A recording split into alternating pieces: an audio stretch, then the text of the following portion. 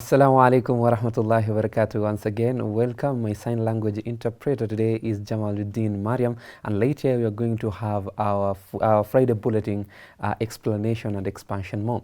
Into our first story is that representative for Palestine have called for an end of the occupation of Palestinian territories and the system of the apartheid enforced by Israel of the Israel at the International Court of Justice ICJ. Palestine Foreign Minister RIYAD MALKI and Palestine United Nations Envoy RIYAD MANSOUR, along with the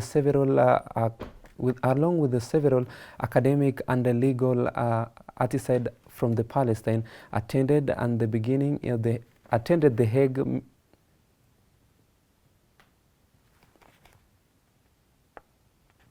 on Monday and through hearing the beginning of the Hague on Monday, and will last through February 26. Already over 10 countries have presented their argument on the legal consequences of Israel occupied of the Palestine territories. It took 75 years for the UN to commemorate the Nakba, our violent dispossession, displacement from our land, and denial of our rights and existence. And we are seeing it happen all over again. Massacres, millions forcibly driven towards the unknown, tents, starvation, deprivation, and dehumanization, enabling one people to impose all of this on another.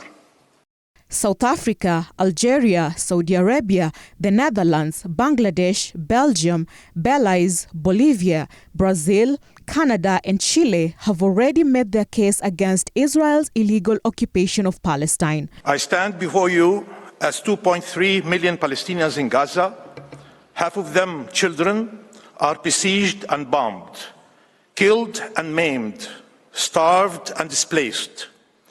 As more than 3.5 million Palestinians in the West Bank, including East Jerusalem, are subjected to colonization of their territory and the racist violence that enables it. As 1.7 million Palestinians in Israel are treated as second-class citizens, as unwelcomed intruders in their ancestral land. As 7 million Palestine refugees continue to be denied their right to return to their land and homes.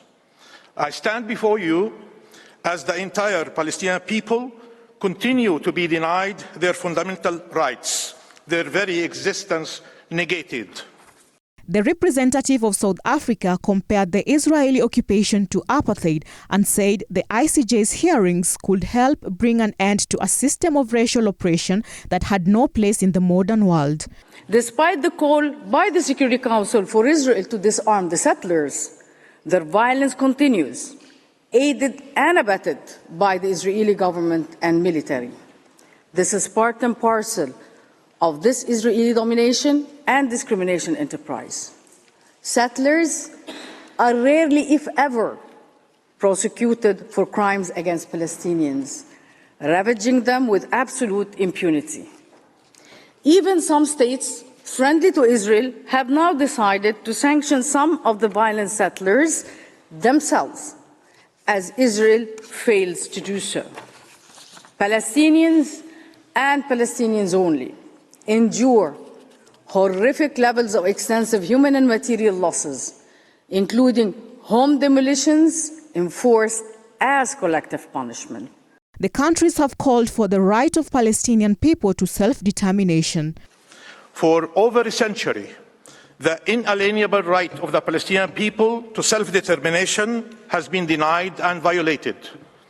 Palestine was not a land without a people. It was not. As Israeli leaders have described it, a wasteland. There was life on this land. There was a political life, a cultural life, a social life, a religious life. It had schools and universities, cinemas and cultural halls. It had villages and villagers, families and communities whose life was disrupted by the impact of a promise made thousands of miles away over 100 years ago.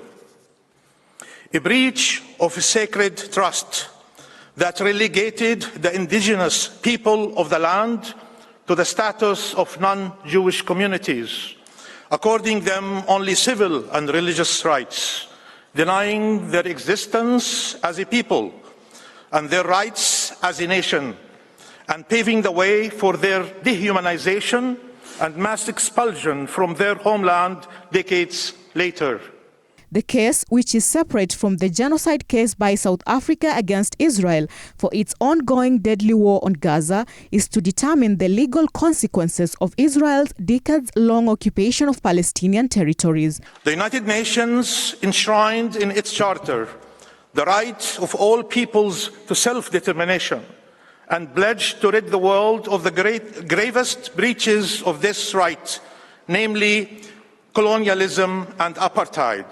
Yet, for decades, the Palestinian people have been denied this right and have endured both colonialism and apartheid.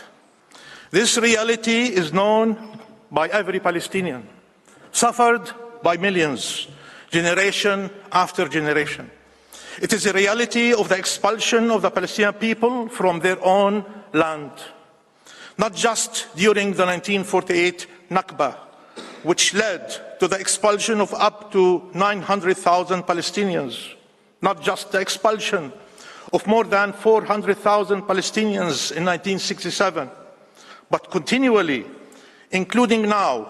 In December 2022, the UN General Assembly passed a resolution calling on the ICJ to give an advisory opinion on Israel's 57-year occupation of Palestinian territories. More than 2 million Palestinians in Gaza are being pushed all the way to the border, to the very brink. Palestinian children, women and men consumed by disease, despair, destruction and death, which are spreading like wildfire. In the rest of occupied Palestine, settlers rampage and terrorize. No village, town or city, no community, no sanctity spared. Israeli leaders no longer feel the need to hide their intentions. They speak openly of getting rid of the Palestinian people one way or another. They defy the law, and the law is barely fighting back. For Palestine, the law continues to be only a measure of the severity of breaches, rather than a catalyst for action and accountability. What does international law mean for Palestinian children in Gaza today? It has protected neither them nor their childhood. It has not protected their families or communities. It has not protected their lives or limbs, their hopes or homes. We are a proud and resilient people that has endured more than its share of agony. It is so painful to be Palestinian today. Israel is also accused of genocide at the ICJ, which issued an interim ruling in January ordering Tel Aviv to stop genocidal acts and take measures to guarantee that humanitarian assistance is provided to civilians in Gaza. As I address you at this very moment, it is the indiscriminate maiming and killing of Palestinians. It means you can spend the entirety of your life as a refugee, denied your dignity and your right to return home. It means your life and family, your community and home are under constant threat. Your loved ones can be taken away and thrown in an Israeli jail, held there indefinitely. Your land can be stolen, colonized, and annexed without hesitation. Freedom is nowhere to be found. There is no safe haven. It means discrimination everywhere and no justice anywhere. It is a reality where Israel can destroy Gaza, killing tens of thousands of Palestinians, almost half of them children, leaving 1 million children starved, terrorized, and traumatized for life, orphaned of a mother, a father, or both, amputated and disabled, leaving nearly 2 million people displaced and desperate with nowhere to shelter from the onslaught. Israel has launched a deadly offensive on the Gaza Strip, killing over 29,000 and injuring more than 60,000 people, with mass destruction and shortages of necessities.